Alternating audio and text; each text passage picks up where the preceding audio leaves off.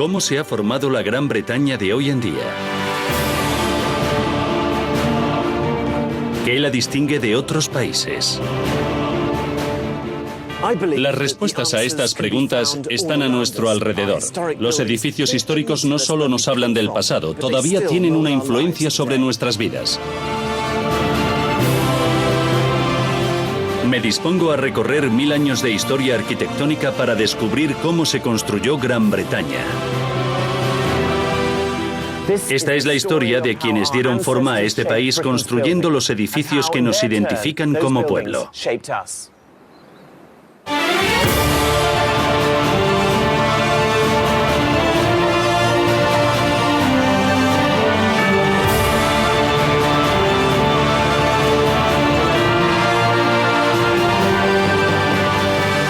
Edificios que han dado forma a Gran Bretaña.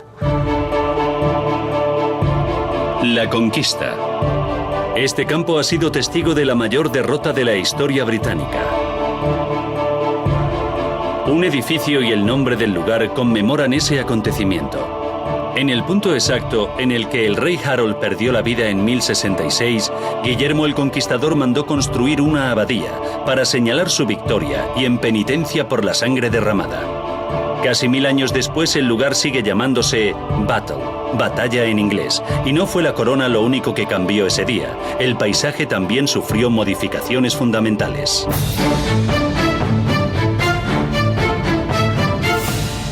Algunos de los edificios más antiguos del país, considerados típicamente británicos, fueron construidos por invasores extranjeros. La colosal torre del castillo de Rochester ejemplifica el nuevo estilo arquitectónico que se introdujo en Gran Bretaña. Los normandos destruyeron casi todo lo que encontraron a su paso. El año 1066 no solo marca la última invasión que sufrió esta isla, fue también un momento clave para la cultura y, en términos arquitectónicos, nuestro año cero.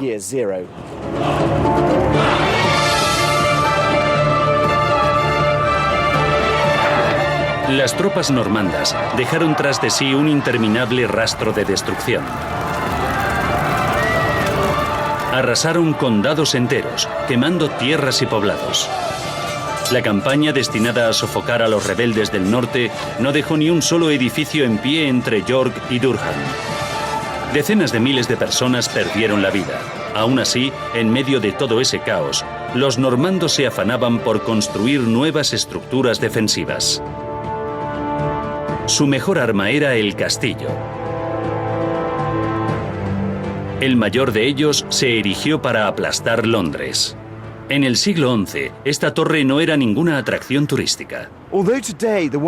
La Torre Blanca es hoy en día uno de los monumentos más fotografiados de Londres, pero cuando se construyó era la fortaleza más aterradora de Gran Bretaña, símbolo del enemigo invasor.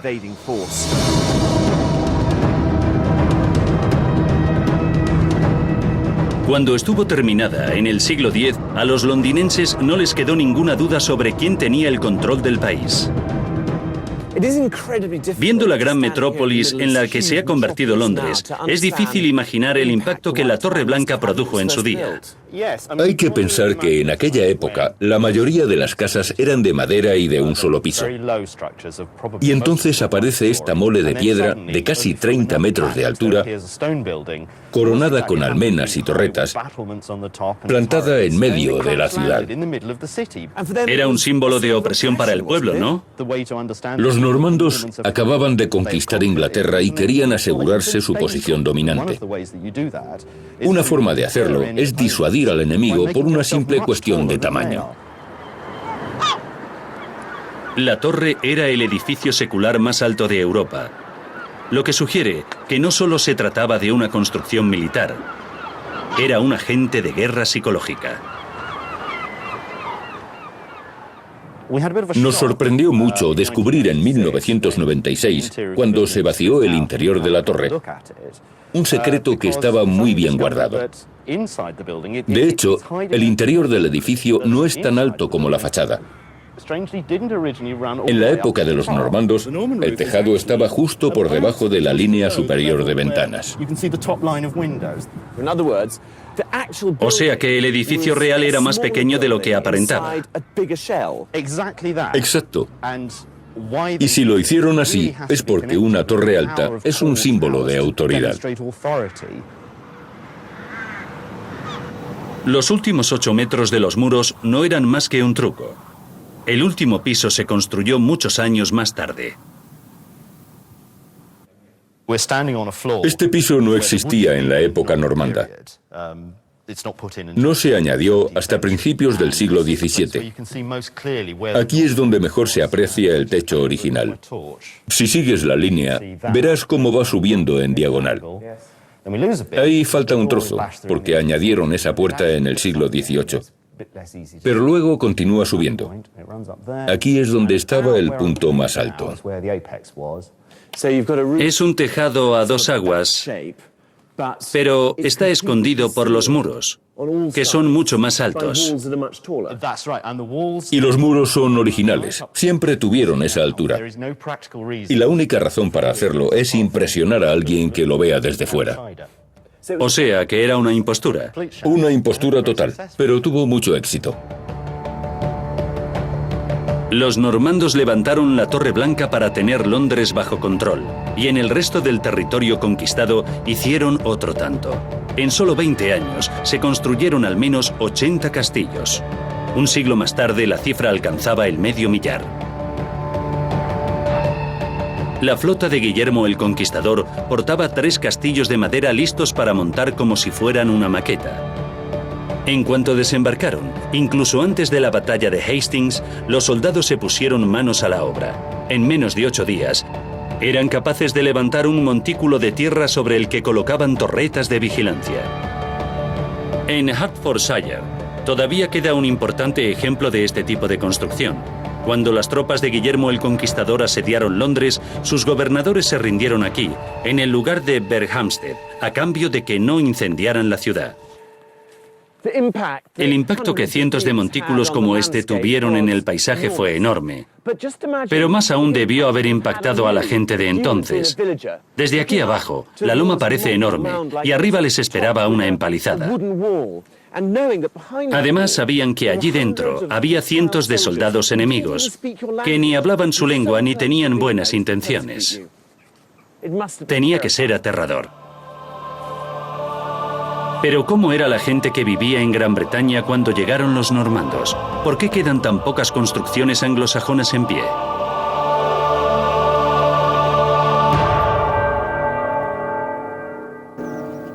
La invasión normanda fue un cataclismo para la población británica. Casi todas las construcciones anglosajonas fueron destruidas. Es el único momento de la historia británica en el que todo su patrimonio arquitectónico desapareció de un plumazo. Fue lo que hoy llamaríamos un genocidio cultural.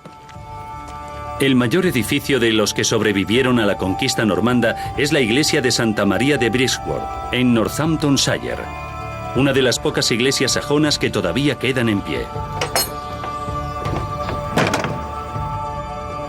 Además, es uno de los edificios más antiguos aún en uso, ya que aquí se ha practicado el culto de forma ininterrumpida desde al menos el siglo IX.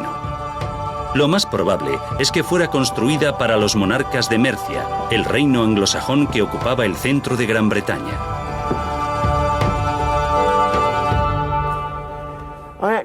Noto un cosquilleo en la espalda al contemplar de tan cerca esta extraordinaria pieza de arquitectura sajona. Tallada de un bloque de piedra con hachas de hierro hace más de 1000 años. La iglesia está inspirada en una basílica romana.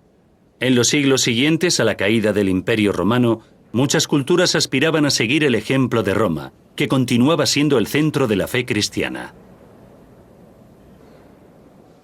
Dado el pequeño número de construcciones anglosajonas que llegaron a nuestros días, es fácil pensar que esta parte del mundo era una tierra culturalmente estéril en la que la gente vivía en chozas de barro. Sin embargo, nada más entrar en un edificio como este te das cuenta de que eso no podía ser cierto. Bridgeworth es una muestra de la sofisticación del mundo anglosajón. Para quien lo necesite, a 100 kilómetros de aquí se encuentra una prueba más contundente aún de la ambición de este pueblo, en la que un día fue la capital del reino de Mercia. Hoy en día, Repton es una pequeña localidad rural del condado de Derbyshire. Sin embargo, para la historiadora Anna Kay, es la primera parada en su afán por conocer mejor los logros de la realeza merciana. Bajo la iglesia de Saint Winston descansaron los restos de los reyes de Mercia.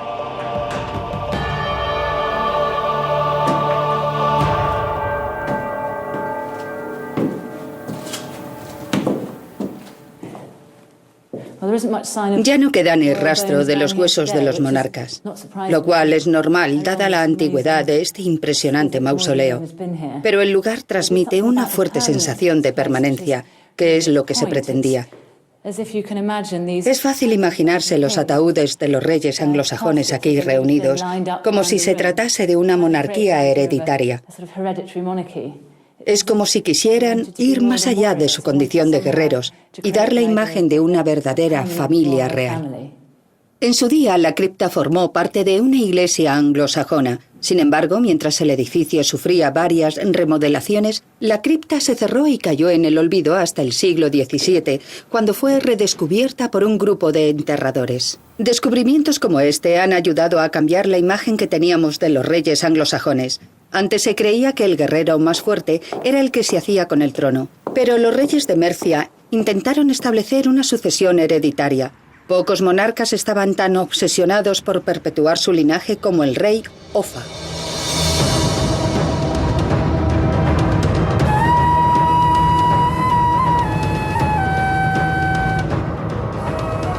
Offa llegó al trono en el año 757. Su nombre pervive hoy en día en la muralla de Offa, que marcaba la frontera entre sus tierras y Gales. Es el equivalente anglosajón de la muralla de Adriano. El alcance de la ambición de Offa también puede verse en el Museo Británico, donde se conservan testimonios más pequeños de su reinado. Las monedas que acuñó dan muestras de un minucioso trabajo sobre oro y plata. Las monedas en esa época eran un medio de difusión sin igual. El mensaje y la imagen que se grababan en ellas eran sumamente importantes. En esta de aquí, Offa aparece representado como un emperador romano. La grandiosidad del Imperio Romano era algo a lo que todos querían aspirar. El mensaje que quiere transmitir, apareciendo de esa guisa, es: no tengo nada que envidiar a los romanos, soy tan bueno como ellos. Es una clara muestra de su ambición. En contra de lo que podríamos pensar, tradicionalmente se creía que los anglosajones no veían más allá de la costa británica, pero esto demuestra que los confines de su mundo se extendían mucho más lejos. Cierto, formaban parte de la comunidad internacional. Lo que Offa ansiaba era alcanzar la fama mundial. Nos consta que envió monedas al Papa como regalo. Y tenemos otras piezas que son fascinantes. Esta de aquí es una réplica de una moneda islámica de la época. En el reverso se aprecia con más claridad. Es escritura árabe, ¿no? Exacto. El dinar de oro circulaba por toda Europa. Y el rey Offa, en su megalomanía, hizo que inscribieran su nombre en una de ellas. ¿Y qué pone? Alá es el único Dios. O sea que Offa acuñó una moneda en la que declaraba su fe en Alá. Sí. Suponemos que no era su intención. No era su intención y además el texto está mal copiado.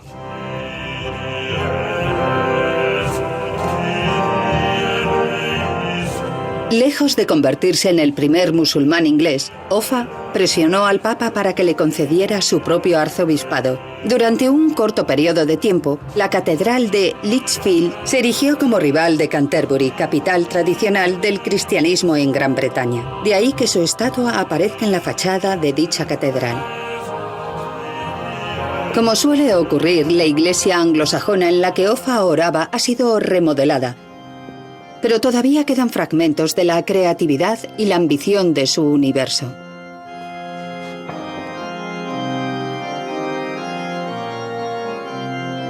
Los evangelios de Lichfield fueron escritos en torno al siglo VIII en la isla de Lindisfarne.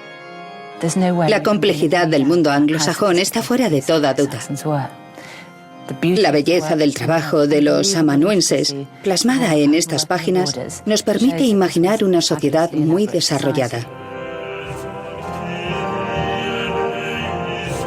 Estos evangelios han sido siempre el orgullo de Lichfield, pero recientemente una obra en el crucero de la catedral permitió sacar a la luz un tesoro anglosajón mucho más inusual que había permanecido oculto durante más de 1000 años. Y ese descubrimiento tuvo lugar bajo estas baldosas.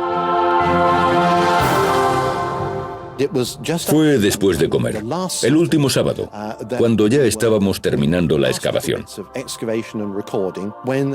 En un agujero aparecieron varios trozos de piedra. La mayoría no tenían ningún interés, pero de repente alguien dejó escapar un grito de sorpresa porque acababa de darle la vuelta a una de las piedras y se encontró cara a cara con un ángel del siglo VIII, como para no sorprenderse.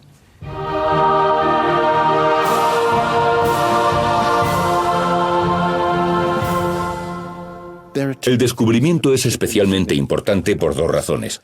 La primera es que la escultura está en un magnífico estado de conservación. No ha perdido ni un detalle y apenas está dañada. Y la segunda es que está policromada. Y conservar pintura del siglo VIII es algo excepcional. Encontrar algo así es un sueño hecho realidad. Solo te pasa una vez en la vida. Es extraordinario que el periodo en el que se creó esta pieza se conozca a veces como la época oscura. El estilo es mucho más realista que el de las ilustraciones de los manuscritos. Recuerda a las estatuas clásicas de la antigua Roma. Por eso, algunos historiadores creen que el ángel pudo ser un encargo del rey Offa, que ya en sus monedas aparecía como un emperador romano. Fue en su arzobispado cuando Offa dio comienzo a un rito que todavía perdura en la cultura británica. Thence goes Queen Elizabeth to sit in King Edward's chair for the most sacred rite of her anointing. El rito de la unción es la principal contribución de Offa a nuestra monarquía hereditaria. En el año 787, la Iglesia consagró a su hijo y heredero para sucederlo en su reinado. Fue, por tanto, el primer rey en proclamar con este gesto su derecho divino al trono. Nuestro próximo monarca será coronado en el trono del rey Eduardo, que se guarda en la abadía de Westminster, siguiendo el mismo ritual que Offa comenzó hace 1200 años. El Reino Unido es el único país de Europa cuya ceremonia de coronación se remonta al medievo. Casi todas las partes de la ceremonia de la coronación, no solo el rito de unción, datan de antes de la conquista normanda. El mundo anglosajón puede parecer hoy remoto, y es verdad que casi todas sus edificaciones han desaparecido, pero muchas de sus ideas perviven entre nosotros.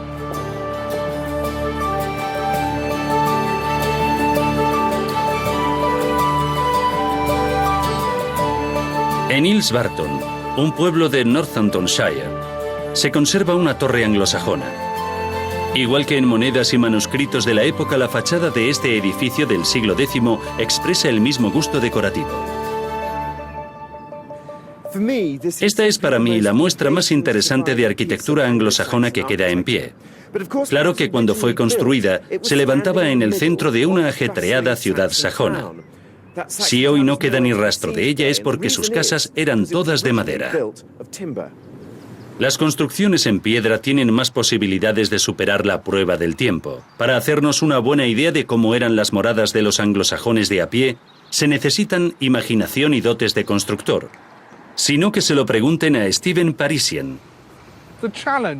Mi trabajo consiste en reconstruir edificios del pasado, para ver cómo vivía la gente de esa época. Me gusta estudiar la época georgiana, claro que cuando vemos un edificio como este, es fácil imaginarse cómo vivía la gente en su interior. Lo difícil es cuando nos encontramos con una construcción del siglo VII que hace tiempo que dejó de existir. Algunos han intentado reconstruirlas, pero no resultan muy atractivas. Hasta el vendedor más optimista le costaría colocar una vivienda como esta.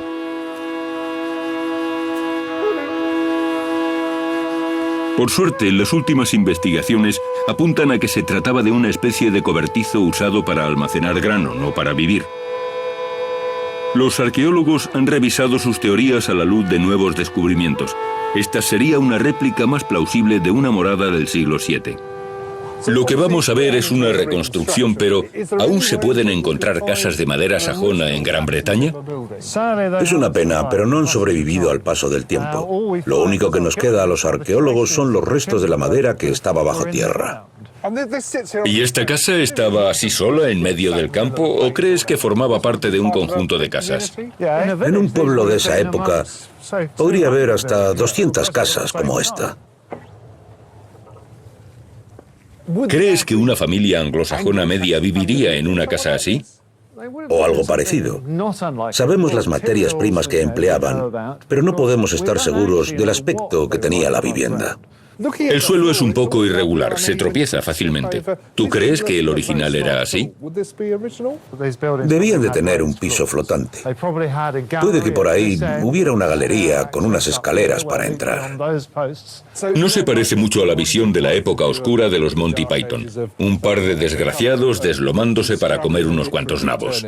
La verdad es que los primeros anglosajones eran una sociedad dinámica que resurgió de entre los cimientos del fallido Imperio Romano. Está claro que esta no era una choza cualquiera. Seguro que tenían suelos de madera que hoy costarían una fortuna y un espacioso piso superior. La especialización de la sociedad prenormanda se reflejaba también en la planta de sus viviendas. Los restos hallados por todo el país confirman que todas ellas compartían una misma disposición y tamaño. Así era ni más ni menos el típico chalet de la época. Los anglosajones no solo trabajaban la madera, pero la piedra parecía estar reservada para los edificios religiosos. Una de las pocas construcciones de piedra que quedan de esta época está en Escombe, en el condado de Durham. Se cree que data del año 685. Es una construcción pequeña y simple, pero muy alta. Una de las claves que delatan su edad son las minúsculas ventanas sajonas. La solemnidad que se respira aquí dentro tiene mucho que ver con los enormes bloques de piedra que forman los muros. Una prueba más de que los sajones sabían emplear este material con maestría. Curiosamente, la piedra ha sido preparada para su enlucido cuando los sajones no empleaban yeso. Es posible que se trate de piedras recicladas que no fueron talladas para la ocasión. ¿Y de dónde pueden venir entonces? Los únicos que construían en piedra antes de los sajones eran, por supuesto, los romanos. La pieza que delata que efectivamente tomaron piedras de construcciones romanas es este maravilloso arco. Es una magnífica obra de arquitectura, pero desentona con el resto de la iglesia. Todas las piedras encajan perfectamente sin argamasa que las una, prueba de que lo han traído de otra parte. El obispo que la mandó construir, un tal Biscop, era un gran admirador de Roma. Si bien su inspiración venía de tierras lejanas, los materiales los tenía mucho más cerca. A solo 5 kilómetros de la iglesia de Escombe se encuentran las ruinas de unos baños romanos. Quedaría mucho más de ellos si los sajones no los hubieran utilizado de cantera. Viendo estas ruinas romanas, que no quede ni una sola vivienda sajona en pie, demuestra una cosa. Si quieres construir algo para la posteridad, hazlo en piedra. Fueron los romanos los que introdujeron el concepto de arquitectura que tenemos hoy. Su legado fue fundamental para todos los pueblos que vinieron después, incluidos los últimos invasores de Gran Bretaña, los normandos.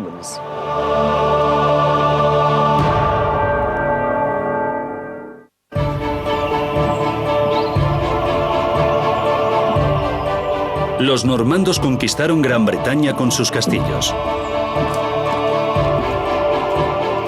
Lo más curioso del castillo de Porchester, en Hampshire, es su emplazamiento.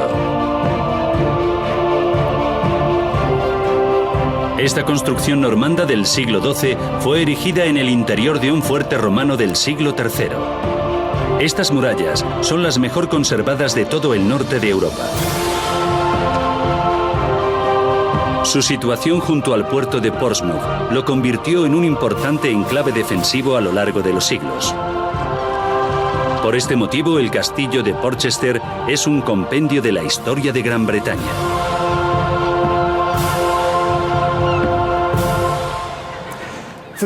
Para mí, este es uno de los lugares históricos más interesantes del país. Allí tenemos una extraordinaria muralla romana. Los arqueólogos han descubierto que en su interior hubo luego una ciudad sajona y después vinieron los normandos, que construyeron esa iglesia y la imponente torre en la que me encuentro. Más adelante, Ricardo II construyó aquí uno de sus palacios. Luego llegaron los Tudor y finalmente se convirtió en un campo de prisioneros de guerra durante el siglo XIX. En total, 1700 años de historia concentrados en este recinto. Esta obra romana se ha conservado mucho mejor que otras construidas siglos más tarde. Su ambiciosa visión de Gran Bretaña fue un ejemplo que muchos quisieron seguir. Los normandos no aprovecharon estas murallas por ahorrarse un dinero, sino porque querían imitar a los romanos y que los considerasen los fundadores de un nuevo imperio mundial. Los normandos siguieron los pasos de aquellos primeros invasores por todo el país. La Torre de Londres también se construyó dentro de una muralla romana. En la capilla de la torre se puede apreciar claramente la fuerte influencia de esta civilización en los normandos. Por eso a este estilo se le llama románico. Los arcos de medio punto apoyados en grandes columnas son una herencia de la arquitectura romana. La grandiosidad de las obras normandas es una prueba de su ambición imperialista. En Durham podemos contemplar un claro ejemplo de ello.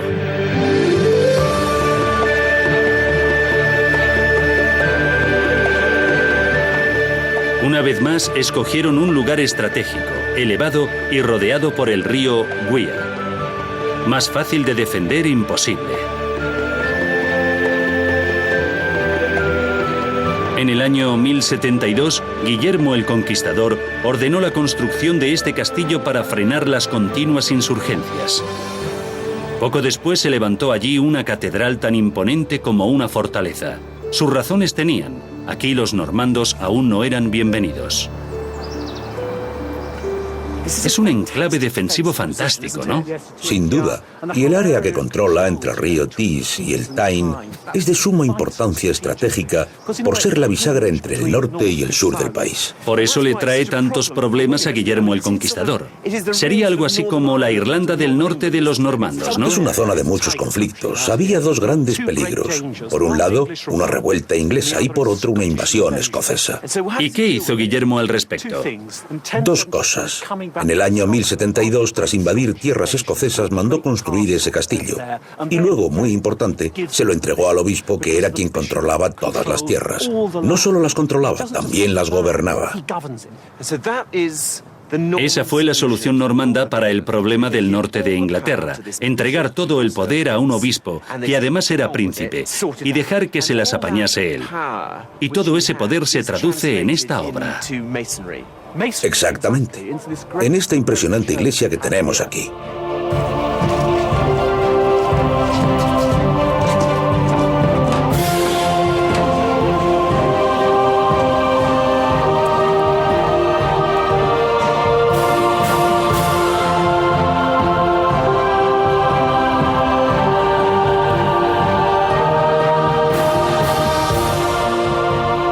La Catedral de Durham es colosal. Con sus 150 metros de largo y muros de hasta 240 centímetros de espesor, transmite una sensación de permanencia y poder no solo espiritual, sino también militar y económico. Lo que es seguro es que sus promotores no escatimaron en gastos.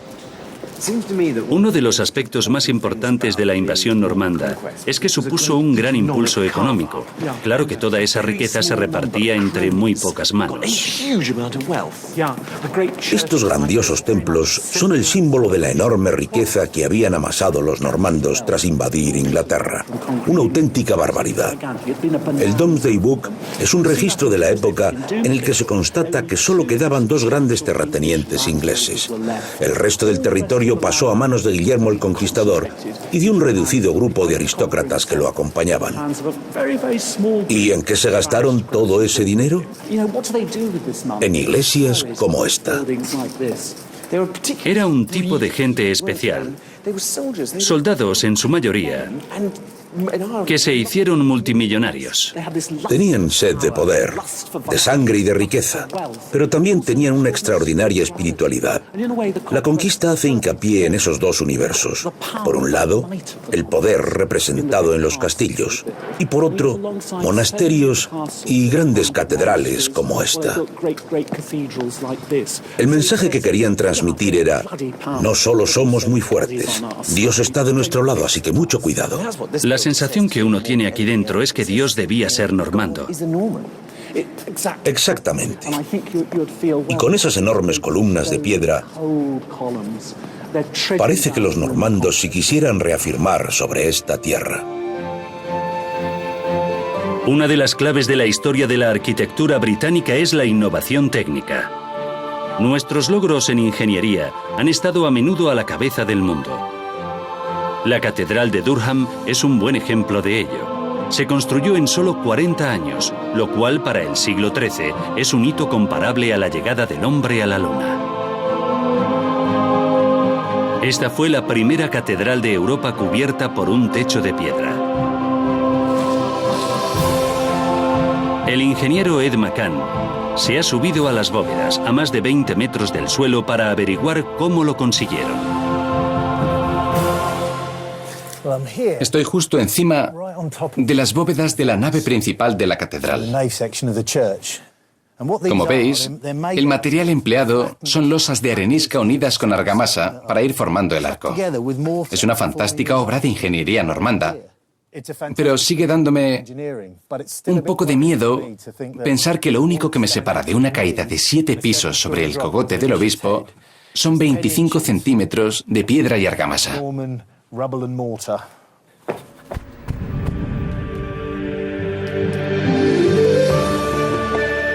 Las catedrales anteriores a esta tenían un techo de madera para la nave central, pero en esta ocasión, un avance técnico permitió cubrir esta nave de 10 metros de ancho con una techumbre de piedra, las bóvedas de crucería. Los arcos conducen la enorme tensión hacia los pilares. Sin ellos, los muros tendrían que ser gruesos y ciegos para soportar el peso del techo de piedra. Gracias a los arcos se pueden abrir grandes ventanas que dejen entrar la luz. Esta técnica era tan moderna que las primeras bóvedas en ser construidas no quedaron bien del todo, concretamente la que cubría el coro. Esa bóveda se terminó a los 11 años de empezar la construcción. La obra avanzaba bastante rápido, pero se vino abajo antes de cumplir 100 años. Suponemos que al ser tan largo, los muros cedieron un poco y el abovedado empezó a desmoronarse.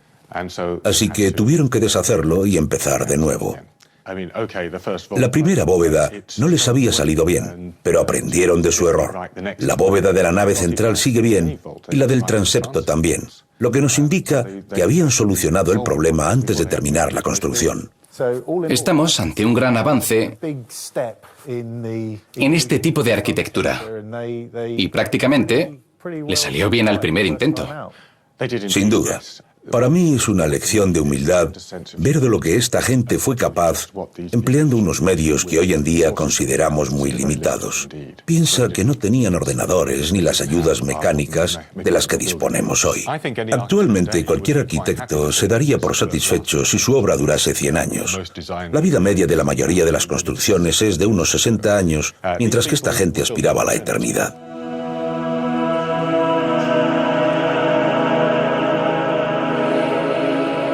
Poco se sabe de estos constructores. Lo único que nos queda son las marcas que algunos de ellos dejaron en las piedras, como si fueran grafitis medievales.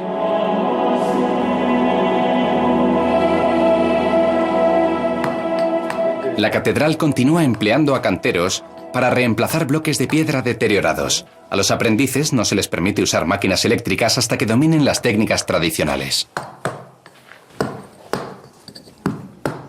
La gente que trabajó aquí hace 900 años se pasaba el día así, a golpe de martillo. Así mismo. Es la única manera de labrar la piedra. Así está bien. Es impresionante pensar que este es el mismo tipo de herramientas que emplearon los canteros de entonces para construir la catedral.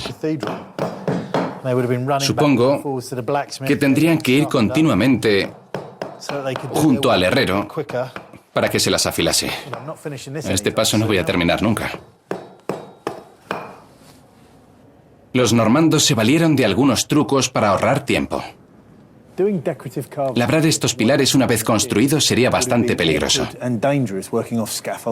Trabajar desde un andamio ni es seguro ni es fácil. En realidad lo que hicieron es prefabricar las piezas, es decir, que los bloques se labraban en el taller del cantero.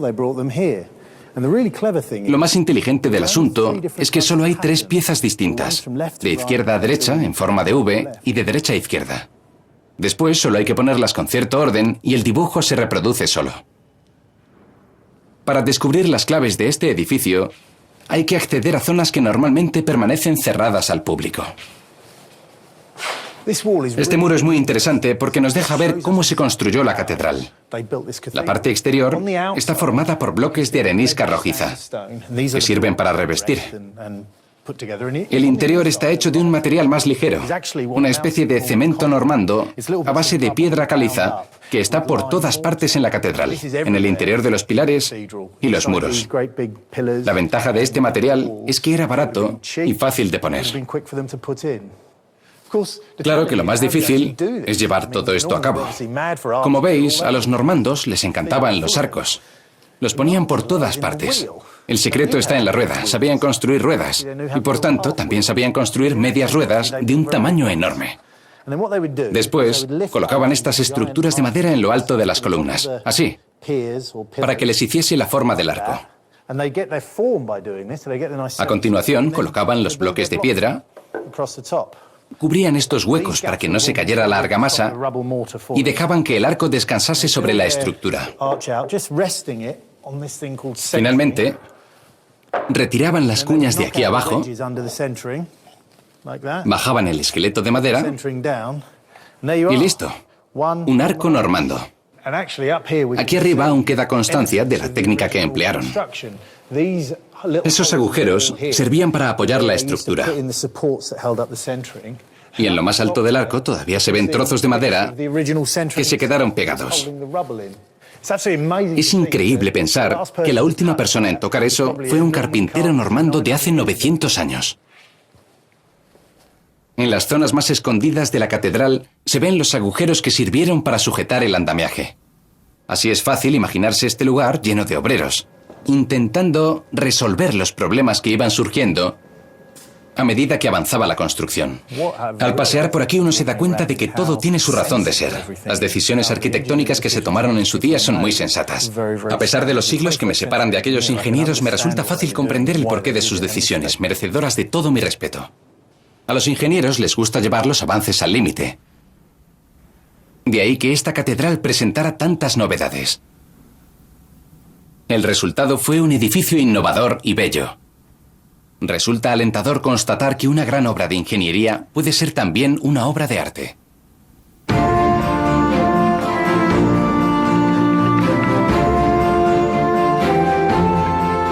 La Catedral de Durham no destaca solo por su arquitectura. La decoración también era de lo más novedoso. Estos patrones ornamentales, labrados en la piedra, solo se encuentran en las construcciones normandas de Gran Bretaña. Esta tendencia a la ornamentación es una de las principales señas de identidad de nuestra arquitectura. Entonces, ¿por qué ese entusiasmo por la decoración solo afectó a los normandos de Gran Bretaña y no a los de fuera? Fuera como fuere, dicho entusiasmo se fue acentuando con cada década que pasaba. Esta catedral empezó a construirse por el este y fue avanzando hacia el oeste. Si echamos un vistazo a la parte original, la decoración no llama mucho la atención, pero con el paso del tiempo se volvió más compleja y aparecieron estos motivos en zigzag. En la parte final, ya no hay arcada que esté sin decorar. Estas molduras dentadas se convirtieron en el elemento más representativo del románico normando. Si bien parece que la primera vez que se emplearon fue aquí, en Durham, en los límites de su territorio. Puede que este tipo de decoración tenga sus raíces en los pueblos que estaban conquistando, ya que es muy probable que algunos de los constructores de la catedral fueran anglosajones. Esta es una copia de los Evangelios de Lindisfarne, una obra de arte de la Inglaterra del siglo VIII. Aquí tenemos una posible pista sobre los orígenes de lo que se vería en la Catedral de Durham 400 años después. Esta arcada tiene toda la pinta de estar inspirada en el arte anglosajón. No podemos asegurar que los arcos normandos tengan sus raíces en los diseños anglosajones, pero el parecido es asombroso. Los pilares labrados de Durham recuerdan a las columnas de la cripta de Repton. Además, en el corazón de esta obra maestra normanda yacen los restos de un anglosajón, la figura más importante del antiguo santoral inglés, San Cuthbert. A pesar de todo su poder, parece que los invasores estaban capitulando ante ciertas tradiciones locales. ¿Será que los normandos ya se sentían como en casa?